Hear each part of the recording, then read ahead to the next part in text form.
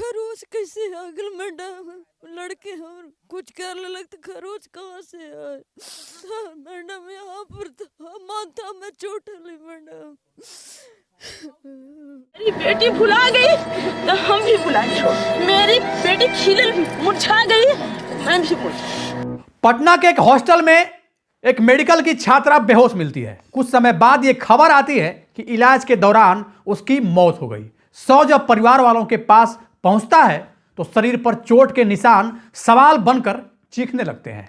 यह घटना इतनी डरावनी है कि आपकी रूह कांप जाएगी। यह सिर्फ एक मौत नहीं बल्कि सिस्टम पर लगा गंभीर आरोप है। वैसे तो सरकार कहती है बेटी बचाओ बेटी पढ़ाओ, लेकिन यहां बेटी पढ़ने तो गई थी लेकिन बच नहीं पाई।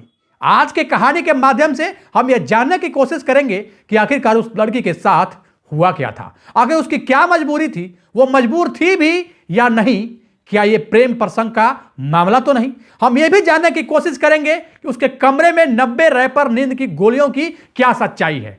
क्या इनमें किसी बड़ी मछली का नाम है? वो लोग कौन थे जो लोग इस पूरे घटनाक्रम में संलिप्त हैं?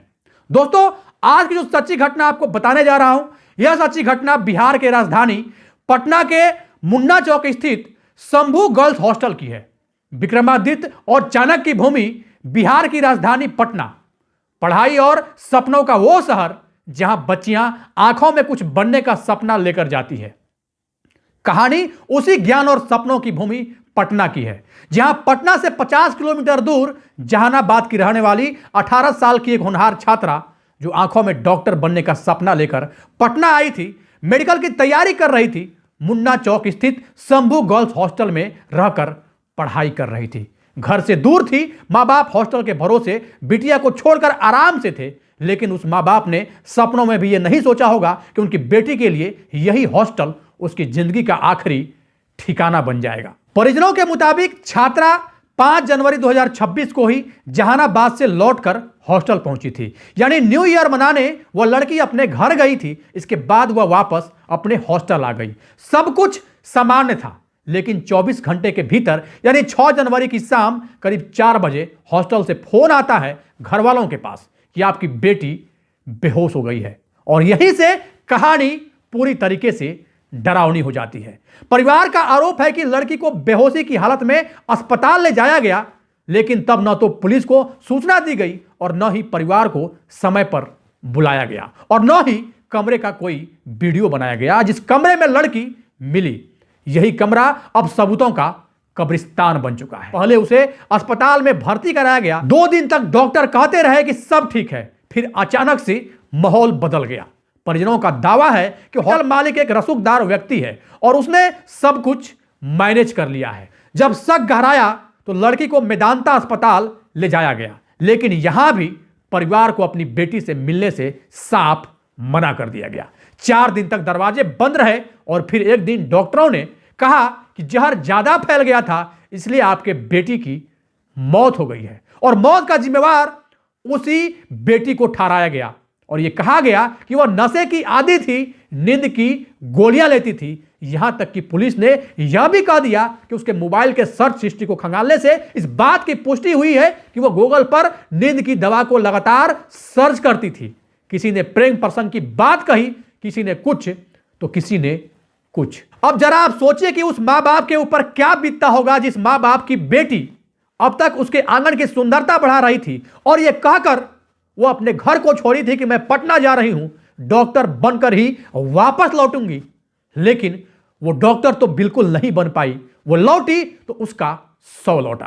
तो अब आप सोचिए कि उस मां बाप के दिल के ऊपर क्या बीत रहा होगा, उनकी अंतरात्मा इस पल क्या सोच रही होगी। लेकिन परिवार वालों के पैरों तले जमीन उस वक्त और भी ज्यादा खिसक गई जब उन्होंने 100 को देखा। सिर और शरीर पर गहरे चोट के निशान थे जो बिल्कुल भी नॉर्मल नहीं थे। परिवार वालों ने यह आरोप लगाया कि उनकी बेटी के साथ 1-2 घंटे नहीं बल्कि कई घंटे तक लगातार सामूहिक रूप से हैवानियत जैसे घटना को अंजाम दिया गया। इसके बाद जब लड़की की हालत बिगड़ी तब उसे हमेशा के लिए गहरी नींद में सुला दिया गया। सीधे शब्दों में यह कहें कि उसके साथ दुष्कर्म जैसे घटना को अंजाम देने के बाद उसकी बड़े ही निर्मम तरीके से हत्या कर दी गई। जबकि इस पूरे मामले को ड्रग ओवरडोज और बीमारी का नाम देकर दबाया जा रहा है। लड़की के मामा का आरोप है कि यह बीमारी नहीं, संघर्ष की कहानी है, यह बेहोशी नहीं, हिंसा और दरिंदगी है, यह मौत नहीं, एक सुनियोजित तरीके से की गई हत्या है। दूसरी ओर पुलिस के बयान के हिसाब से लड़की के गूगल सर्च हिस्ट्री में नींद की दवा का क्या असर होता है, अपने आप को खत्म कैसे करें, इस तरह की चीजों को सर्च करते पाया गया है। मेडिकल जांच के बाद जो उसके यूरिन रिपोर्ट आया था उसमें भी नींद की दवा का ओवरडोज होना बताया गया था। लड़की को टाइफाइड था, नींद की गोलियों की लत थी और कमरे से नींद की 90 गोलियों के रैपर मिलने की बात भी कही जा रही है। लेकिन परिवार वाले साफ सवाल पूछ रहे हैं, अगर हम थोड़ी देर के लिए इस बात को मान भी लेते हैं, अगर ऐसा था तो जांच में हमें साथ क्यों नहीं रखा गया? क्यों जल्दी जल्दी परिजनों से छुपाकर यह सब कुछ किया गया? जिसके बाद विवाद और भी ज्यादा गर्मा गया। कई सारे सवाल उठने लगे। कई सारे सवाल ऐसे हैं जो इस पूरे मामले को और भी ज्यादा पेचीदा बना रहा है। सबसे बड़ा सवाल यह कि लड़की के कमरे में 1-2 रैपर नहीं बल्कि 90 रैपर नींद की गोलियां आखिर किसने रखी होगी? जहां एक मौत हो गई, उस हॉस्टल के मालिक से इतनी नरमी क्यों बरती जा रही है? लड़की के पिता जो एक स्कूल में क्लर्क हैं, बेसुध हैं। मां बार बार यही कह रही है कि बेटी पढ़ने गई थी, मुझे मेरी बेटी सुरक्षित चाहिए, उसका शव नहीं। जिसके बाद परिवार ने मांग की कि पीएमसीएच में मेडिकल बोर्ड से वीडियो रिकॉर्डिंग के साथ पोस्टमार्टम कराया जाए और ऐसा हुआ भी। परिवार और समाज के दबाव में आकर पोस्टमार्टम के लिए पुलिस तैयार हो गई। पोस्टमार्टम भी हुआ, लेकिन जब फाइनल रिपोर्ट आया तो वह रिपोर्ट सचमुच चौंका देने वाला था। उस मेडिकल रिपोर्ट के हिसाब से उसके साथ दुष्कर्म जैसे घटना को अंजाम दिया गया था। अब सोशल मीडिया और अखबार पत्रों के माध्यम से जैसे ही इस खबर की पुष्टि हुई, पूरी तरह से हड़कंप मच गया। जहां जहां तक जिसके कानों तक इस खबर की गूंज गई, सब लोग मृत लड़की के न्याय के लिए आवाज उठाने लगे।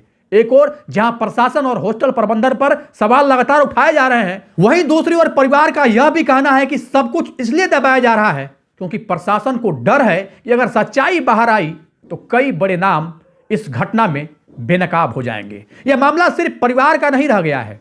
पटना, जहानाबाद और पूरा बिहार ही नहीं बल्कि जहां जहां तक जिसके कानों तक इस खबर की गूंज सुनाई दे रही है, इनफैक्ट पूरे बिहार और अब पूरे देश भर में इस बात को लेकर गुस्से का माहौल व्याप्त है। सामाजिक संगठन, छात्र संगठन, आम पब्लिक भी अब सड़क पर उतरकर संवैधानिक तरीके से भविष्य की होने वाली उस डॉक्टर बिटिया के न्याय के लिए लगातार आवाज उठा रहे हैं। लेकिन अब सवाल फिर से वही कि क्या आज भी बेटियां हॉस्टल में सुरक्षित नहीं? क्या रसूख सिस्टम और पैसे के आगे एक होनहार छात्रा की जिंदगी की कोई कीमत नहीं?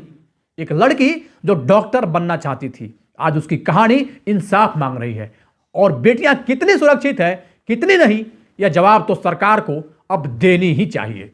हालांकि इस पूरे केस के लिए एक एसआईटी टीम का भी गठन किया गया है। अब इस पूरे मामले में कौन कौन लोग इन्वॉल्व हैं, किन किन लोगों की संलिप्तता है, वो तो अब जांच पड़ताल के बाद ही पूरे तरीके से स्पष्ट हो पाएगा। दोस्तों, हम जिस वक्त में सांस ले रहे हैं वो हर पल कुछ नया लिख रहा है। आने वाला लम्हा कैसा होगा यह कोई नहीं जानता, लेकिन अक्सर आने वाले कल से पहले उसके कदमों की आहट जरूर सुनाई देने लगती है। कुछ इशारे ऐसे होते हैं, कुछ सवाल ऐसे होते हैं जो अगर वक्त रहते समझ लिए जाएं तो तस्वीर साफ हो सकती है। और इन्हीं आहटों को पहचानना, इन्हीं अनकही बातों को आप तक पहुंचाना, यही कोशिश है जनतक न्यूज की। क्योंकि खबर सिर्फ आज की नहीं होती बल्कि वो आने वाले कल की कहानी बन जाती है। अंत में दिल को दहला देने वाले इस पूरे खौफनाक, दर्दनाक और शर्मनाक घटना को लेकर आपकी क्या राय है? आपको क्या लगता है, क्या उस लड़की को न्याय मिलेगा?